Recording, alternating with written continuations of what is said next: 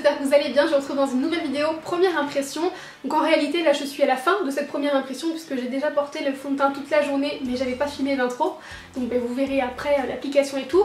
Et je vous retrouve dans cette vidéo première impression pour deux choses. Donc pour le fond de teint Studio Skin de chez Smashbox. Donc c'est un fond de teint hydratant qui vous promet une tenue de 15 heures. Et pour l'anti-cerne de la même collection, de la même gamme Studio Skin qui lui vous permet une tenue de 24 heures.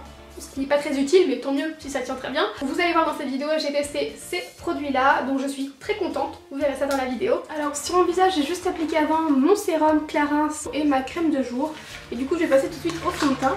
Au niveau de la teinte que je me suis pris c'est le 2.3 qui m'avait l'air pas trop mal. Donc je vais déposer une pompe sur le Beauty Blender. Ah, la couleur déjà ça a l'air très bien. Nickel. Alors voilà franchement la couleur géniale. Ça fait très naturel je trouve, ça a bien camouflé là avec une application mais ça fait assez naturel je trouve, ça a un petit côté lumineux.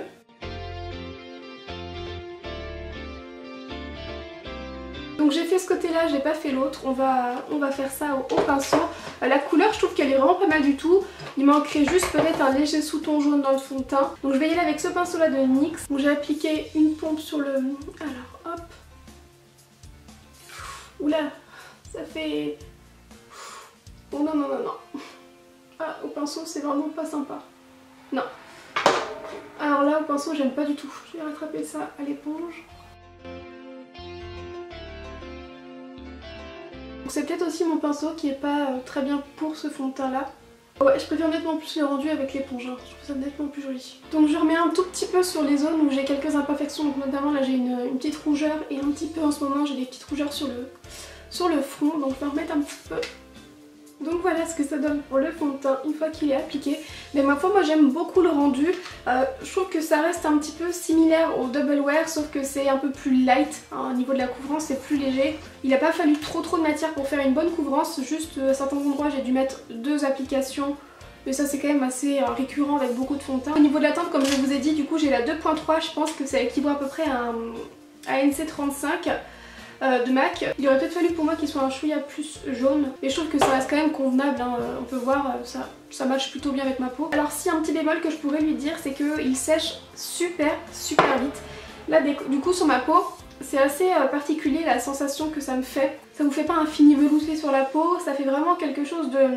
Je sais pas comment vous décrire, c'est assez particulier, ça me fait pas ça avec beaucoup de fond de teint, ça me fait ça notamment avec le Pro Longwear de MAC. Si vous voulez, vous n'avez pas trop de temps pour travailler le fond de teint. Il faut l'appliquer assez rapidement selon moi. Donc maintenant ce qui concerne l'anti-cerne qui va avec, donc le fond de teint lui c'était une tenue 15 heures et l'anti-cerne 24 heures mais bon, on garde quand même rarement un anti-cerne 24 heures sur soi hein. Alors j'ai pris le Light Neutral, c'est pas le plus clair mais il me paraît quand même ultra clair. Ouais il est un peu clair mais ça va le faire bien estomper je pense. Mais si je devais vous conseiller et que vous avez une peau comme moi où vous allez prendre le même fond de teint par exemple et l'anti-cerne, prenez peut-être celui du dessus.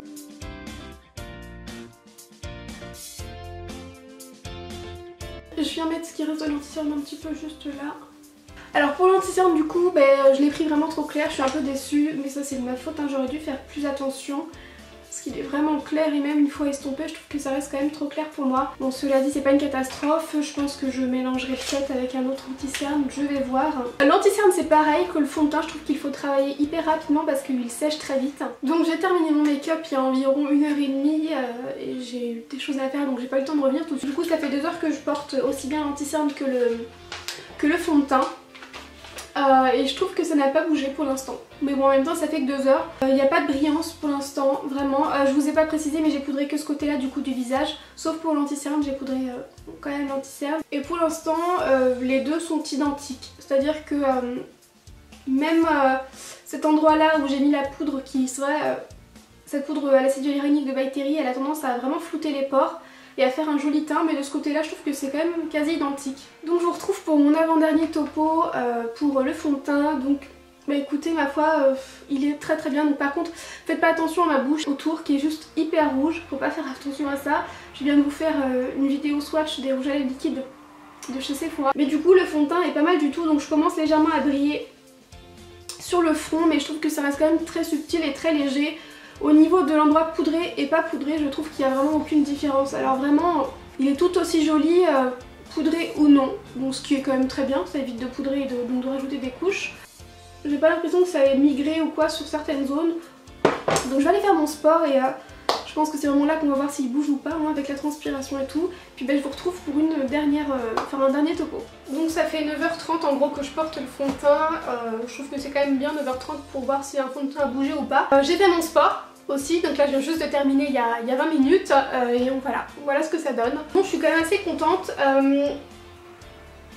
Sur les ailes du nez, ici il a un tout petit peu bougé, et c'est vraiment pas une catastrophe sincèrement.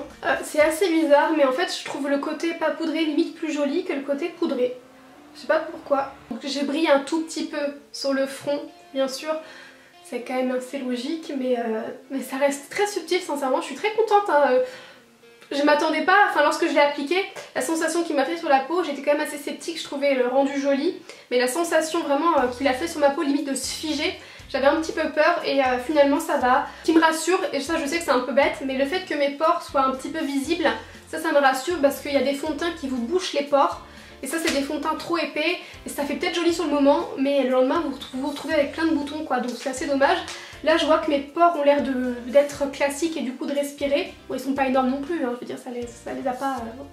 Je suis quand même contente. La seule chose que je regrette un peu, mais ça c'est de ma faute, c'est l'anti-cerne qui pour le coup est trop clair, mais sinon au niveau de la tenue de l'anti-cerne ça n'a pas bougé du tout. Note globale pour le fond de teint, je pense que je mettrai 9.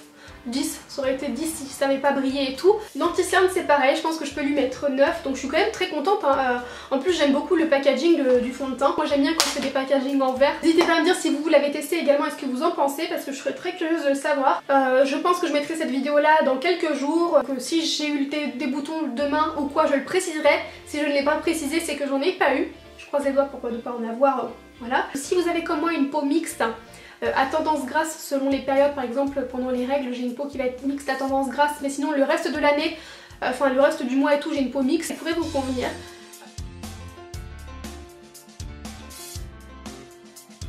Hello tout le monde, j'espère que vous allez bien, je suis très contente de vous retrouver pour un haul. Vous l'avez vu dans le titre, on avait marre des manteaux foncés, je tâche toujours tout ce qui est clair etc, donc je voulais du clair mais pas trop.